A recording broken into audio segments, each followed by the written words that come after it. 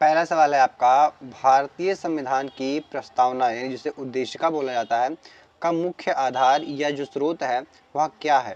तो आप सभी इसका राइट आंसर बताइएगा कमेंट में। तो बिल्कुल राइट आंसर हो जाएगा आपका ऑप्शन बी, पंडित जवाहरलाल नेहरू द्वारा 13 दिसंबर 1946 को प्रस्तुत उद्देश्य प्रस्ताव जो है इसका क्या था? मुख्य आधार स्रोत था।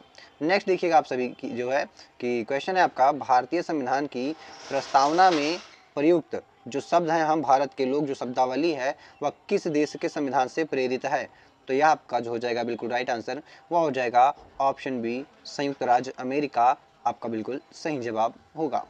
अगला प्रश्न आप सभी देखिएगा साथियों, 42वें संविधान संशोधन अधिनियम 1976 द्वारा प्रस्तावना में कौन से 3 नए शब्द जोड़े गए थे? तो 3 नए शब्द जो जोड़े गए थे साथियों कब? 1976 में। ध्यान दीजिएगा 1976 में कौन से संविधान संशोधन? 42वें। कौन? 42वें संविधान संशोधन में 3 शब्द जोड़े गए थे। कौन कौन से? समाजवादी, पंथनिरपेक्ष और अखंडता, यानी ऑप्शन ए आपका बिल्कुल राइट आंसर हो जाएगा। ये तीनों ही बिल्कुल सही जवाब होगा। नेक्स्ट क्वेश्चन देखिएगा साथियों आप सभी। नेक्स्ट क्वेश्चन है, भारतीय संविधान की प्रस्तावना में भारत को किस रूप में घोषित किया गया है? तो भारत को किस रूप में घोषित किया गया आप सभी को पता होगा। तो भारत को आपको 4 ऑप्शन दिख रहा है, तो यहाँ पे जो राइट आंसर हो जाएगा आपका ऑप्शन बी हो जाएगा, एक संपूर्ण प्रभुत्व संपन्न समाजवादी पंथनिरपेक्ष लोकतंत्रात्मक और गणराज्य जो है घोषित किया गया है।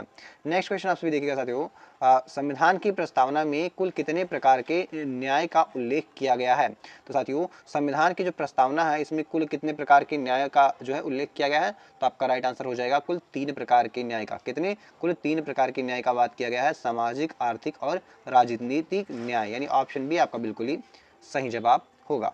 अगला प्रश्न आप सभी बताइएगा, भारतीय संविधान की उद्देशिका में नागरिकों को कितने प्रकार की जो है स्वतंत्रता, ध्यान दीजिएगा कितने प्रकार की स्वतंत्रता प्रदान की गई है? तो आप सभी का राइट आंसर हो जाएगा 5 प्रकार की स्वतंत्रता प्रदान किया गया है। अगला प्रश्न होगा साथियों आप सभी का, प्रस्तावना में वर्णित जो समानता है इसका तात्पर्य किन 2 क्षेत्रों से है? तो जो प्रस्तावना में वर्णित समता शब्द है यानी समानता शब्द है, इसका जो साथियों जो तात्पर्य होता है या किन 2 शब्दों से होता है? तो आप बताएंगे किन 2 क्षेत्रों से होता है। तो प्रतिष्ठा और अवसर की समता या समानता, यानी ऑप्शन बी आपका बिल्कुल ही सही जवाब होगा। अगला प्रश्न होगा आपका, किस प्रसिद्ध मामले में उच्चतम न्यायालय ने यह निर्णय दिया था कि प्रस्तावना संविधान का अंग नहीं है? ठीक है, तो आप सभी कमेंट करके बताइए कि प्रस्तावना संविधान का अंग नहीं है। तो आपका बिल्कुल राइट आंसर हो जाएगा बेरूबाड़ी यूनियन मामला 1960 में जो है यह निर्णय दिया गया था कि प्रस्तावना संविधान का अंग नहीं है। ऑप्शन बी बिल्कुल राइट आंसर होगा। नेक्स्ट क्वेश्चन देखिएगा आप सभी क्या होगा कि किस ऐतिहासिक वाद में सर्वोच्च न्यायालय ने अपने पूर्व निर्णय को बदलते हुए प्रस्तावना को संविधान का अभिन्न अंग स्वीकार किया? तो अभी तो हमने देखा था कि अंग नहीं माना था, लेकिन अब जो है उसने अंग मान लिया है। तो किस केस में माना है? तो आप सभी बताएंगे साथियों कौन से केस में? तो केशवानंद भारती, आपको दिख जाएगा केशवानंद भारती बनाम केरल राज्य, 1973 की बात है। कब की बात है? 1973 की बात है। तो इसमें क्या कहा गया था कि संविधान प्रस्तावना को जो है संविधान का अंग स्वीकार किया गया था। ठीक है, अली अगला प्रश्न देखिएगा आप सभी। अगला प्रश्न होगा आपका साथियों, ध्यान दीजिएगा, LIC ऑफ इंडिया मामला क्या है? LIC ऑफ इंडिया मामला 1995 में सर्वोच्च न्यायालय ने प्रस्तावना के संबंध में क्या पुनर्गठित किया? तो आप सभी कमेंट करके बताइएगा राइट आंसर क्या होगा साथियों। तो यहाँ पे जो आपका बिल्कुल राइट आंसर हो जाएगा वह हो जाएगा कौन सा? ऑप्शन ए आपका बिल्कुल राइट आंसर हो जाएगा कि प्रस्तावना जो है संविधान का अतिरिक्त हिस्सा है, यानी ऑप्शन ए बिल्कुल ही सही जवाब होगा। अगला प्रश्न आप सभी बताइएगा, संविधान की प्रस्तावना में उल्लिखित बंधुता यानी कि फ्रेटर्निटी शब्द का जो मुख्य उद्देश्य है वह क्या सुनिश्चित करना है साथियों? तो जो फ्रेटर्निटी है या बंधुता शब्द है यह आपका क्या सुनिश्चित करता है? तो आप बताएंगे व्यक्ति की गरिमा तथा राष्ट्र की एकता और अखंडता को सुनिश्चित करता है। ठीक है, नेक्स्ट क्वेश्चन आप देखिएगा साथियों कि भारतीय संविधान को किस तिथि को अंगीकृत, भारतीय संविधान को किस तिथि को अंगीकृत, अधिनियमित और आत्मर्पित किया गया था? यानी कि adopt, enact and give to ourselves किया गया था। तो आप सभी बताएंगे 26 जनवरी 1950 को। कब? 26 जनवरी 1950 को। लेकिन यहीं पे आप चूक कर देंगे, आपने तो बता दिया कि 26 जनवरी 1950 को, लेकिन यह सही नहीं होगा। कहीं भी आपको अगर साथियों मिल जाए, क्या मिल जाए या ध्यान दीजिएगा, पहले मैं इसको मिटा दूं फिर मैं आपको बताता हूँ। ठीक है, आपको कहीं भी अडॉप्ट देखने को मिल जाए, ठीक है, गिव टू आवरसेल्फ अपने को सौंपा गया या देखने को मिल जाए, इनैक्ट दिया जाए, ठीक है, लागू किया गया था मतलब जारी किया गया था, तो आप बताएंगे 26 नवंबर 1949 को। कब? 26 नवंबर 1949 को आप बताएंगे राइट आंसर। अभी आपसे पूछे कि पूर्ण रूप से, आपको पूछ ले पूर्ण रूप से लागू कब किया गया, पूर्ण रूप से लागू कब किया गया, यानी कि completely comes in the power, ठीक है, तब आप बताएंगे 26 जनवरी 1950। लेकिन अगर आपको बताया कि अंगीकृत कब किया गया, एक अंग बनाया गया था, तो आप बताएंगे 26 नवंबर 1949 को। नेक्स्ट क्वेश्चन आप सभी देखिएगा साथियों, ध्यान दीजिएगा कि के.एम. मुंशी ने भारतीय संविधान की प्रस्तावना को किस नाम से संबोधित किया था। यह वेरी इंपॉर्टेंट प्रश्न है साथियों, बहुत सारे एग्जाम में आ चुका है। तो के.एम. मुंशी ने जो भारतीय संविधान की प्रस्तावना है साथियों, इसको क्या बोला था, तो आप सभी को जो पता होगा, यह बोलते हैं, इसे क्या बोला था इन्होंने बोला था कि हमारी संप्रभुता क्या है, हमारी संप्रभु लोकतांत्रिक गणराज्य की राजनीतिक जन्मपत्री है। क्या है, राजनीतिक जन्मपत्री है। कौन सा, तो भारत की जो प्रस्तावना है भारतीय संविधान की, उसे क्या बोला इन्होंने, राजनीतिक जन्मपत्री बोला। यहाँ पे ऑप्शन बी आपका बिल्कुल सही जवाब हो जाएगा, किसने, के.एम. मुंशी जी ने बोला था। ठीक है, नेक्स्ट क्वेश्चन आप सभी देखिएगा साथियों। नेक्स्ट क्वेश्चन है कि आपका प्रसिद्ध संविधानविद क्या है, N.A. पालकीवाला ने प्रस्तावना को क्या कहा था। ध्यान दीजिएगा, प्रसिद्ध संविधानविद N.A. पालकीवाला ने प्रस्तावना को क्या कहा था, तो आप सभी बताएंगे, क्या बताएंगे, संविधान का परिचय पत्र बताया था। क्या बताया था, संविधान का परिचय पत्र। ऑप्शन बी बिल्कुल ही सही जवाब होगा। फिर देखते हैं अगला प्रश्न साथियों, आप सभी ध्यान दीजिएगा। पंडित ठाकुरदास भार्गव के अनुसार प्रस्तावना संविधान का क्या है, तो प्रस्तावना संविधान का क्या है इनके अनुसार, तो आप सभी बताएंगे, क्या बताएंगे, तो बताएंगे संविधान का सबसे मूल्यवान भाग और संविधान की आत्मा है। किसने बोला था, पंडित ठाकुरदास भार्गव ने बोला था। किसने, पंडित ठाकुरदास भार्गव ने बोला। चलिए नेक्स्ट क्वेश्चन देखिएगा आप सभी। आर्थिक न्याय का आदर्श संविधान की प्रस्तावना के अतिरिक्त और कहाँ परिलक्षित होता है, तो आपका राइट आंसर क्या हो जाएगा साथियों, तो बिल्कुल राइट आंसर होगा साथियों आपका ऑप्शन बी, राज्य के नीति निदेशक तत्व पार्ट 4 में। किसमें, पार्ट 4 में, ठीक है, पार्ट 4 में यह जो है कहाँ होता है, परिलक्षित होता है। आर्थिक न्याय का आदर्श संविधान की प्रस्तावना के अतिरिक्त और कहाँ परिलक्षित होता है, तो राज्य के नीति निदेशक तत्व में परिलक्षित होता है। अगला प्रश्न आप सभी देखिएगा, प्रस्तावना शब्द में प्रयुक्त गणराज्य शब्द का क्या अर्थ है, तो गणराज्य, ध्यान दीजिएगा, रिपब्लिक, तो रिपब्लिक का जो अर्थ होता है साथियों, वह होता है ऑप्शन बी, देश का राष्ट्राध्यक्ष जो है वंशानुगत ना होकर एक निश्चित अवधि के लिए प्रत्यक्ष या अप्रत्यक्ष रूप से निर्वाचित होता है। कहने का मतलब है कि जो देश का जो अध्यक्ष होता है, देश को चलाने वाला होता है, वह वंशानुगत ना होकर, यानी कि मतलब राजा का बेटा राजा ना बन के, उसमें इस तरह से होता है कि एक निश्चित अवधि के अंदर क्या है, प्रजा द्वारा किसी एक राजा को चुना जाता है और वह उसी समय तक जो है कार्य करता है जितने के लिए उसको चुना जाता है। फिर उसके बाद में नया राजा चुना जाता है और यह राजा जो है वह जनता के द्वारा किसी को भी बनाया जा सकता है, वह प्रत्यक्ष रूप से या अप्रत्यक्ष रूप से, ठीक है, निर्वाचित किया जा सकता है, बनाया जा सकता है। ठीक है, अगला प्रश्न देखिए आप सभी, क्या है कि क्या भारतीय, ध्यान दीजिएगा, कि क्या भारतीय संविधान की प्रस्तावना न्यायालय द्वारा परिवर्तनीय है, जस्टिसेबल है, जस्टिसेबल है, तो आप बताएंगे क्या, कि हाँ इसे सीधे लागू किया जा सकता है, नहीं, या गैर न्याय योग्य है, या केवल उच्चतम न्यायालयों में परिवर्तनीय है, केवल आपातकाल के समय परिवर्तनीय है। तो आप क्या बताएंगे, जो साथियों प्रस्तावना है, जो न्यायालय, जो भारतीय संविधान की जो प्रस्तावना है, यह क्या है, नहीं या गैर न्याय योग्य है, यानी कि नॉन जस्टिसेबल होगा। आपका जो भारत की संविधान की प्रस्तावना है वह नॉन जस्टिसेबल है। अगला प्रश्न आपसे बताइएगा कि प्रस्तावना में वर्णित जो स्वतंत्रता, समता और बंधुता के आदर्श किस ऐतिहासिक क्रांति से प्रेरित है, तो किस ऐतिहासिक क्रांति से प्रेरित है, तो साथियों आप सभी राइट आंसर कमेंट करके बताइएगा, तो वो हो जाएगा आपका 1789 की फ्रांसीसी क्रांति, यानी ऑप्शन बी आपका बिल्कुल ही सही जवाब होगा।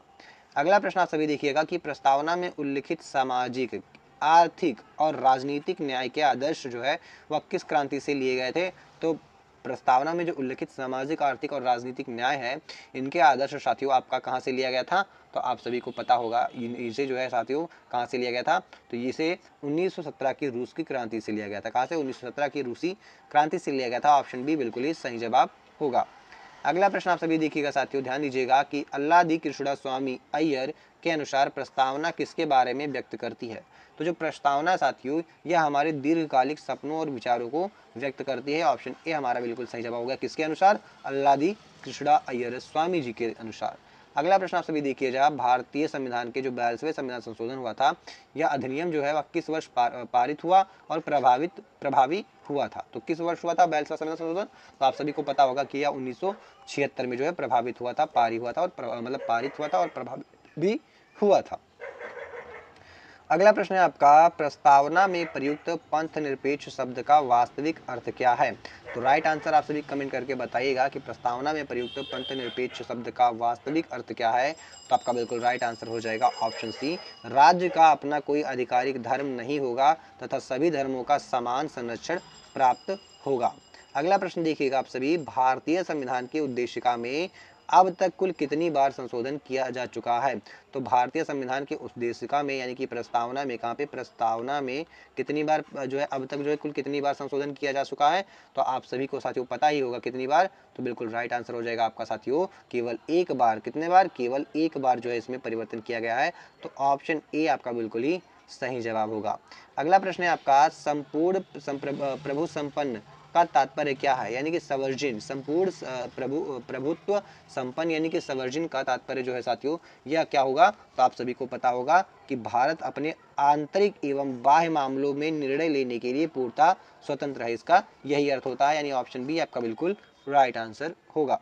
अगला प्रश्न आप सभी देखिएगा कि प्रस्तावना के संदर्भ में निम्नलिखित कथनों पर विचार कीजिए।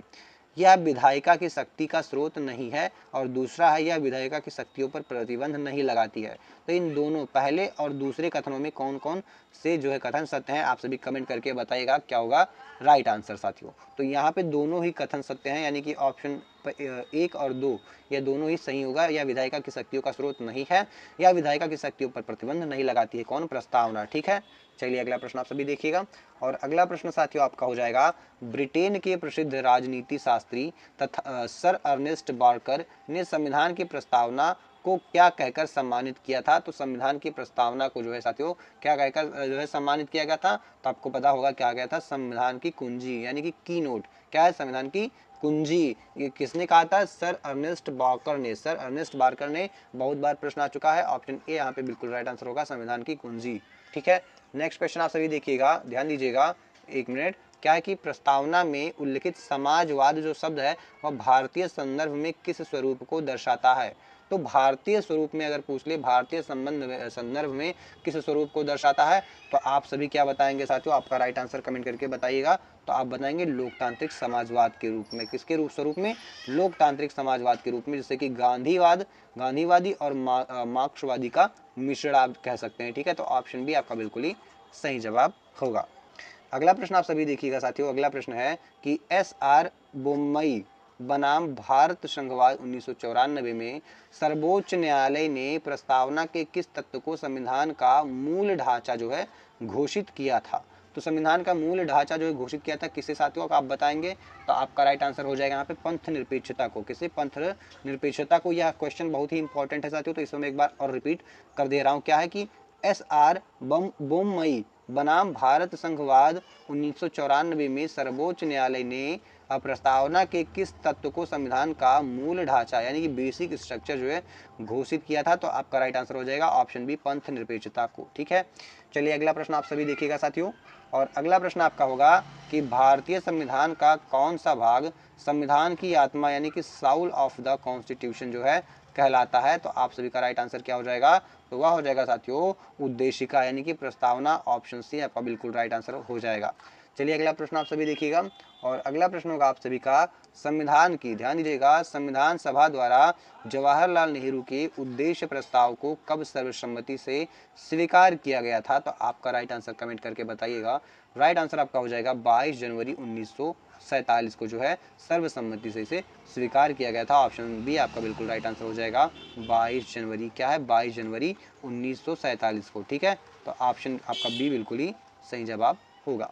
अगला प्रश्न देखिएगा साथियों आप सभी। और अगला प्रश्न है आपका, भारतीय संविधान की प्रस्तावना में भारत जो है शब्द का प्रयोग कुल कितनी बार हुआ है? तो भारत शब्द का जो प्रयोग है साथियों भारतीय संविधान में, जो भारतीय संविधान है उसकी प्रस्तावना में भारत शब्द का जो प्रयोग है वह कुल कितनी बार हुआ है? 1 बार, 2 बार, 3 बार या 4 बार? तो आप सभी अपना राइट आंसर कमेंट करके बताइएगा क्या होगा राइट आंसर। तो आपका बिल्कुल राइट आंसर होगा साथियों ऑप्शन बी, 2 बार जो है हम भारत के लोग भारत को, यही 2 बार जो है प्रस्तावना में भारत आता है। ठीक है, अगला प्रश्न आप सभी देखिएगा, ध्यान दीजिएगा। प्रस्तावना के अनुसार, ध्यान दीजिएगा, प्रस्तावना के अनुसार भारतीय संविधान की शक्ति और प्राधिकार का अंतिम स्रोत कौन है? तो प्रस्तावना के अनुसार भारतीय संविधान की शक्ति और प्राधिकार का जो अंतिम स्रोत है साथियों वह कौन होगा? तो आप सभी को पता ही होगा, भारत की जनता। कौन? भारत की जनता। ऑप्शन डी बिल्कुल ही राइट आंसर होगा। अगला प्रश्न देखिएगा साथियों, अगला प्रश्न है आपका 42वें संविधान संशोधन का द्वारा प्रस्तावना में जो अखंडता इंटीग्रिटी शब्द है जोड़ने का मुख्य उद्देश्य क्या था साथियों? तो आप सभी को पता होगा, देश की राष्ट्र की एकता को सुदृढ़ करना तथा अलगाववादी प्रवृत्तियों को रोकना था। अगला प्रश्न आप सभी देखिएगा साथियों, तो यहाँ पे थोड़ा बड़ा प्रश्न है, आप ध्यान दीजिएगा। पहले मैं प्रश्न आपको अच्छे से बता देता हूँ। क्या नीचे दिए गए कथनों को एक मिनट में प्रश्न को छोटा कर दूं? 1 मिनट आप रुकिएगा, मुझे 1 मिनट का टाइम दीजिएगा, छोटा कर दो प्रश्न को। हाँ, जैसा कि आप सभी अब प्रश्न को, पूरे प्रश्न को देख पा रहे होंगे, लेकिन जो है फॉन्ट है वो थोड़े छोटे हो गए हैं, तो मैनेज कीजिएगा, ठीक है। प्रश्न है आपका कि नीचे 2 कथन दिए गए हैं, एक कथन है ए और दूसरे को कारण कहा गया है, ठीक है। एक को कथन और दूसरे को कारण कहा गया। तो कथन है आपका, प्रस्तावना संविधान के स्पष्ट अर्थ को समझने में एक सहायक मार्गदर्शक है। ये कथन है हमारा। क्यों? अब कारण दिया गया यहाँ पे, यह संविधान निर्माताओं के मूल विचारों और उद्देश्यों की कुंजी है। तो यह जो है आप बताइएगा कि क्या है, क्या ए और दो दोनों सही है, तथा जो मतलब आ रहा है ये रीजन है वह कथन की जो है सही व्याख्या करता है। तो क्या होगा? आप सभी चारों ऑप्शन दिए गए हैं, तो कमेंट करके बताइएगा क्या होगा आपका सही जवाब, ठीक है। तो यहाँ पे जो बिल्कुल राइट आंसर हो जाएगा साथियों, वो हो जाएगा आपका कि यहाँ पे जो दोनों ही ऑप्शन है सही है, यानी कि कथन भी सही है और उसका कारण भी सही है। और क्या है कि जो कारण है वह कथन की सही व्याख्या भी करता है। चलिए अगला प्रश्न देखिएगा आप सभी, और अगला प्रश्न होगा आपका कि क्वेश्चन नंबर 36 है कि प्रस्तावना में भारत के स्वरूप को व्यक्त करने वाले शब्दों का सही क्रम क्या है? तो शब्दों का सही क्रम चुनिएगा, ये भी कभी कभी पूछ लेता है, ऐसा रीजनिंग में भी आ जाता है ये प्रश्न, तो ध्यान दीजिएगा। तो यहाँ पे आपका जो बिल्कुल राइट आंसर हो जाएगा वो हो जाएगा संपूर्ण प्रभुत्व संपन्न, समाजवादी, फिर पंथ निरपेक्ष, लोकतंत्रात्मक और फिर गणराज्य। यह शब्द जो है क्रम इस प्रकार से होगा आपका। तो ऑप्शन बी आपका बिल्कुल सही जवाब होगा।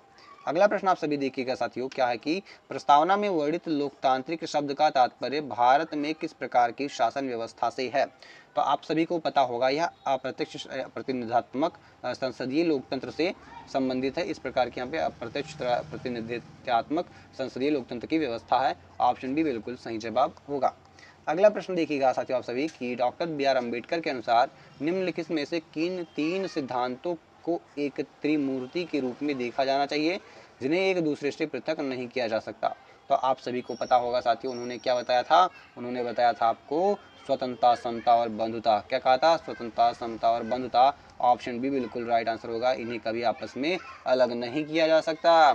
अगला प्रश्न देखिएगा साथियों आप सभी, प्रस्तावना का कौन सा प्रावधान सभी वयस्क नागरिकों को राजनीतिक प्रक्रिया में भाग लेने और समानता का अधिकार प्रदान करने की भावना को पुष्ट करता है? तो आपका राइट आंसर कमेंट करके बताइएगा। तो राइट आंसर हो जाएगा आपका ऑप्शन ए, राजनीतिक न्याय एवं प्रतिष्ठा व अवसर की समता को पुष्ट करता है, ठीक है।